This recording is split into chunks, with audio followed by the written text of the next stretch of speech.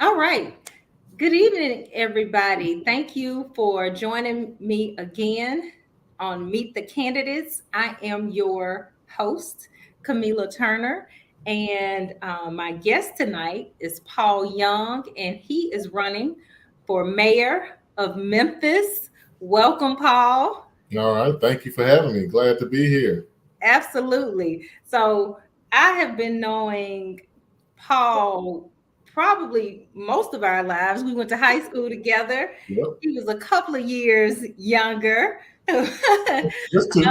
East High. Shout East out to Side. all the East High Mustangs. Mustangs representing. Yes, but I talked to Dorcas, and Dorcas is his older sister.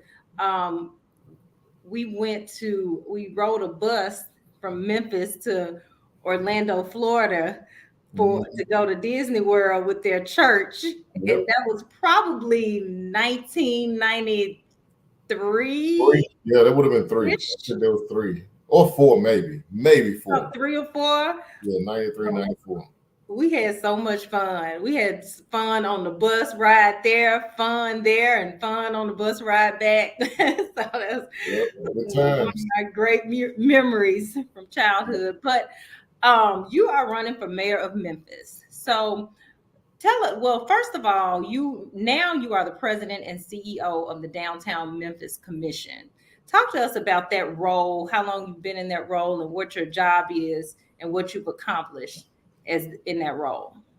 Yeah, so Downtown Memphis Commission is a quasi-governmental entity that basically means it's in between the nonprofit and government, and we are charged with creating a vibrant downtown that comes through development. It comes from activities and managing our Blue Suede Brigade, our team members that are our eyes and ears and ambassadors on the streets.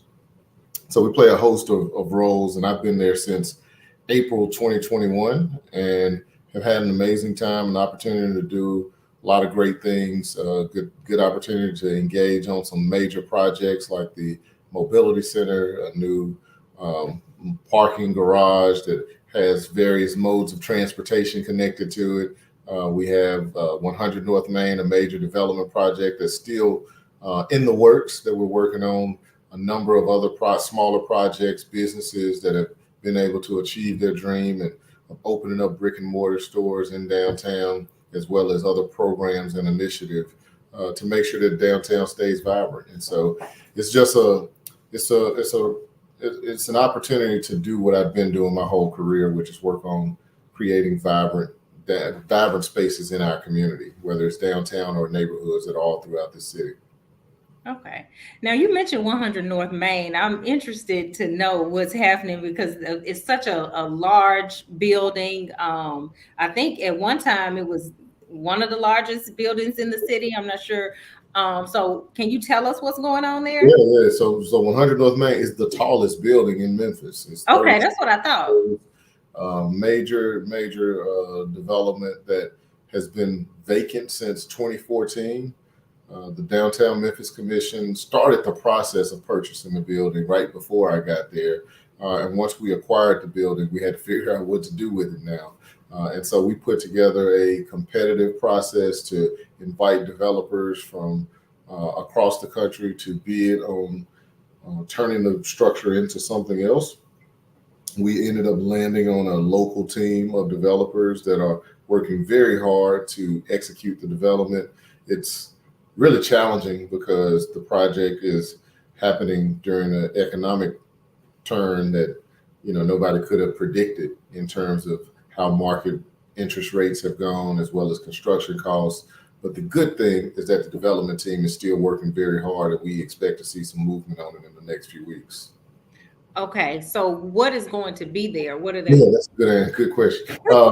So what is going to come in its place is going to be a hotel, apartments, the lower and even some office space as well in the upper floors, including a restaurant on the top floor, which some may remember that was the floor where they had a revolving, rotating Mhm. restaurant. So they're looking to bring that back.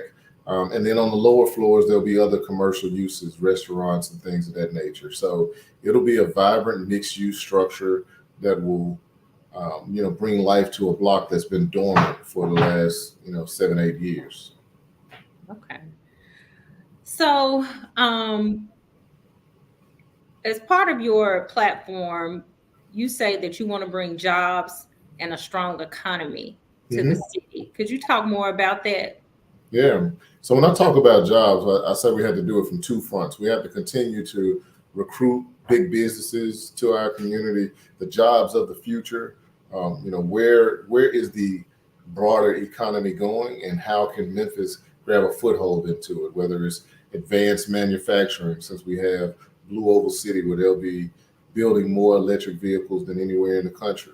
I always say that we should be leaning into our strengths. The fact that Memphis has more Black and female tech talent per capita than any city in the country, that means that we should be leaning into that and using that as a recruitment opportunity. So if you are, a major tech company that says that diversity is a part of your values and you're looking to expand, well, Memphis is the city that you should be expanding to, because diversity is something that we have natural and we have the talent. So at the same time as we're recruiting those big businesses and leaning to our strengths, we have to support our small businesses, providing resources for them. I often give the example of a carpenter, because I work with a lot of construction firms, but you may have the best carpenter in the city, but they're not the best CFO. They're not the best HR manager. And so what other communities have done is they've established these entities that can serve as the back office entity that can support those businesses, so they can process paperwork. They can help them with their hiring processes. And I always imagine a world where we have 100 small businesses add just 10 jobs. That's 1,000 new jobs in our community. And so we have to think like that as we build out this ecosystem. And I want to put the structures in place that allow us to do that. Okay. What about youth development? Investing in programs, initiatives. What kind of programs and initiatives do you have in mind for youth?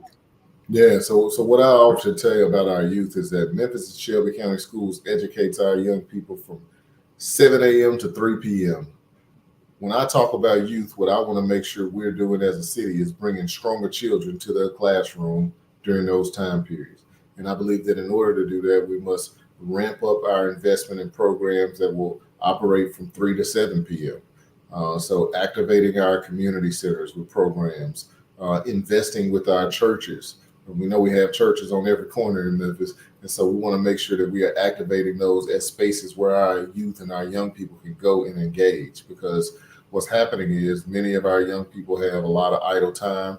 They're going home to environments that some of us couldn't even imagine experiencing. And so I want to make sure that as a city, we are extending our touch with those young people.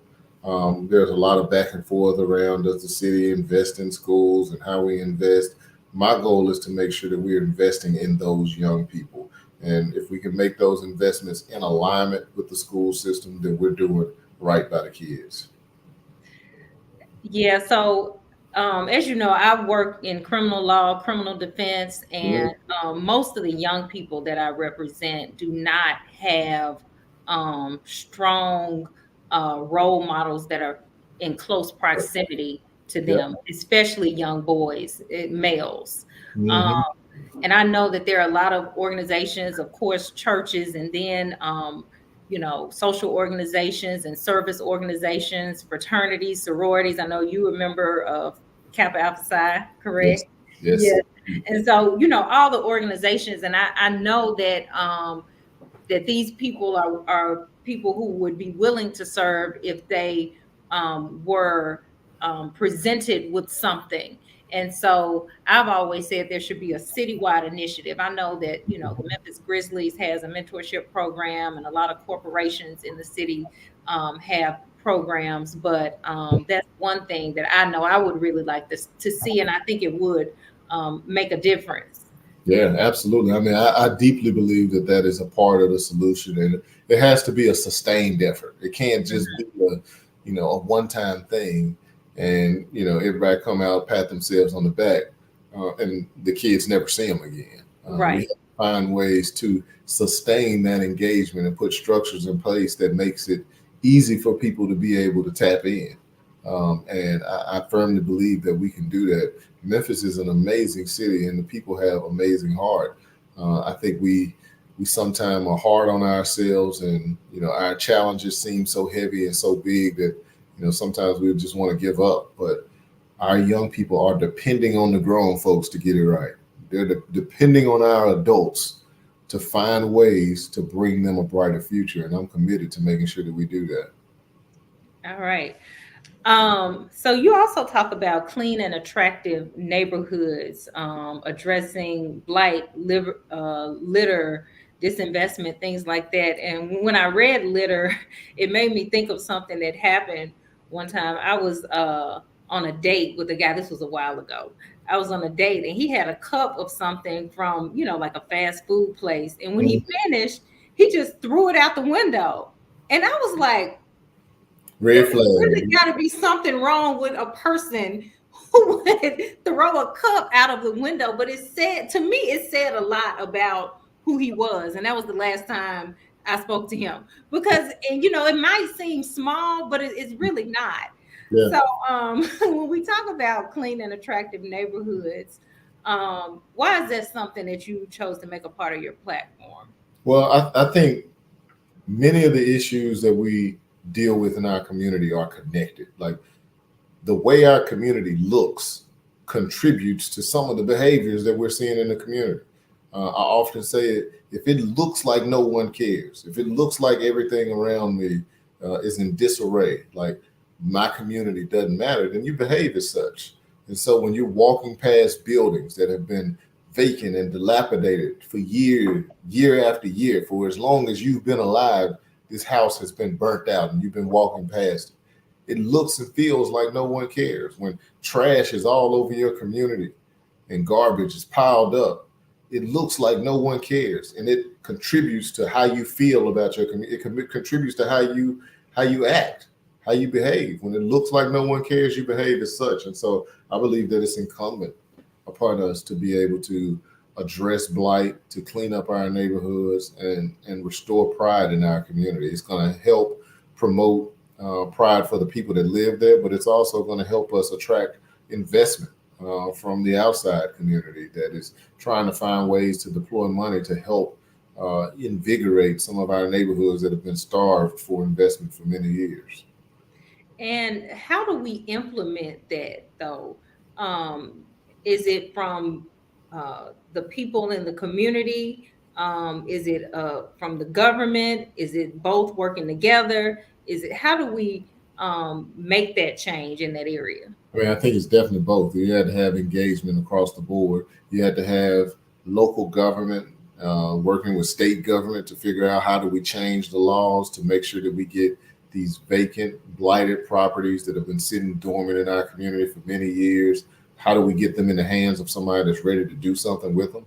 And some of that is going to require state law changes. So, it goes from that to,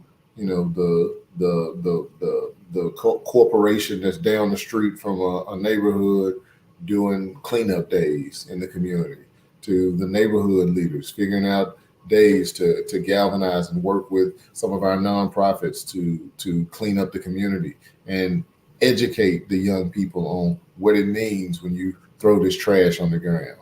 Where does that trash end up? How does it contribute to flooding in the community? Because some people don't realize that we're seeing flooding in some communities because trash is getting stuck in the storm drains and the water's draining, and then it's contributing. So all of these things are connected. And so we have to attack it from many fronts. Okay. Yeah, and I think that we can be creative in coming up with these solutions. I know in some areas where there is a lot of blight, the city will say, if you can, rehabilitate this property, we'll sell it to you for, Mhm. $1 or a very, low Right. amount. And a lot of neighborhoods around the country have been revitalized that way. So I Yeah. think we just have to be creative.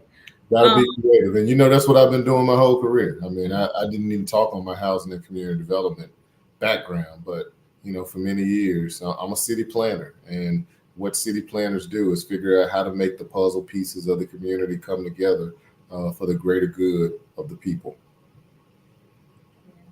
So, last but not least, this is something that everybody, I believe, in the city of Memphis is concerned about. And the people who think it's not an issue, in my opinion, are just kind of being naive, but public safety and Yeah. crime.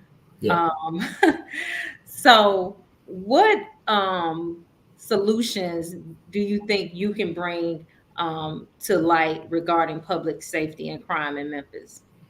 It's twofold. One, we got to hold people accountable. So people that's out here terrorizing our neighborhoods and communities, my job as mayor is make sure we get them off the streets, and hopefully they go into a criminal justice system that's focused on reform. And when they're incarcerated, they have an opportunity to change and find a different direction for their lives. My job as mayor is make sure we get them off the streets, and my goal on that accountability side of the equation is to make sure that we're working with all of the stakeholders that are going to be charged with ensuring that accountability sticks. So whether it's the district attorney, public defender's offices, the judges, all of the people that are part of the system, I want to make sure that we have a collaborative relationship. For far too long, all we do is point fingers and say it's his fault, it's her fault. That's the reason that we're in this state. It's all of our fault. And so we all have to take accountability. So that's the accountability side.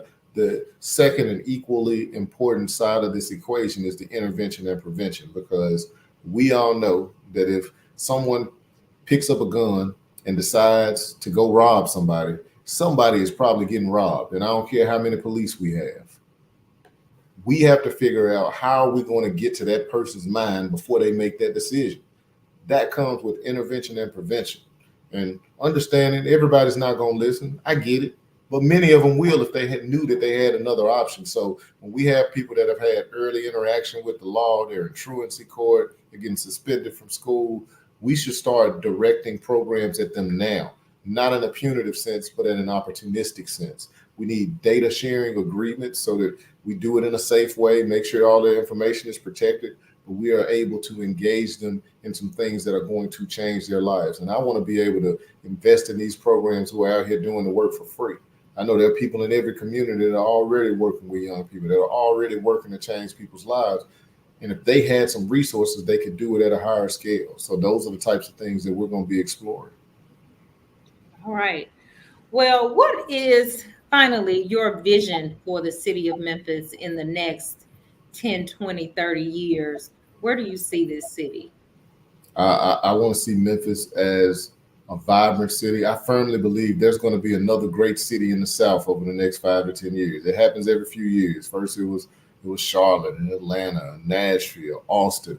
There's absolutely no reason that the next city in the South is not Memphis.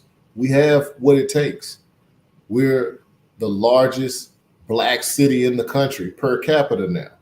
I want that to be seen as a positive, not as a negative, because we know what connotation often comes with being a Black city. They think of us as a crime-ridden city. I want them to think of us as a wealthy city, as a city of opportunity, a place where if you have a Black business and you want to go to thrive, you come into Memphis. If you want to have a good time and you want to come and enjoy some amazing arts and culture and music, Memphis is the mecca for it. Like, those are things that already represent who we are, but we get so caught up in the 1%. It's 1% of our population that's, giving us the negative stereotype and reputation that we're some bad city. That's not who we are. And I want us to live up to a different definition of what Memphis means and who we are and who we can be. And I hope to help usher in that future together with all of us. Well, thank you so much. And tell people again where they can find more information about you and where to vote, when to vote. Yeah, follow us on all the social platforms at Young for Memphis. You can find out more information on youngformemphis.com. And please get out and vote. Early voting is September 15th through September 30th. And October 5th is election day. Go to the bottom of the ballot and vote Young to take us to the top. Well, thank you so much for being here. I heard your mother on the radio the other day with the ad. I was so happy to hear her voice. I was Yeah. like, look at Paul. Got Oh yeah, we had to get mama to work. Don't hear. Yeah, she's excited to do it. I know. Family All affair. right. All Well, right. thank you so much. Good night, everybody. Good night. Thank you for joining. As always, share with your friends and family. We have to be invested in our leadership in this city. Good night. Thank you, Paul.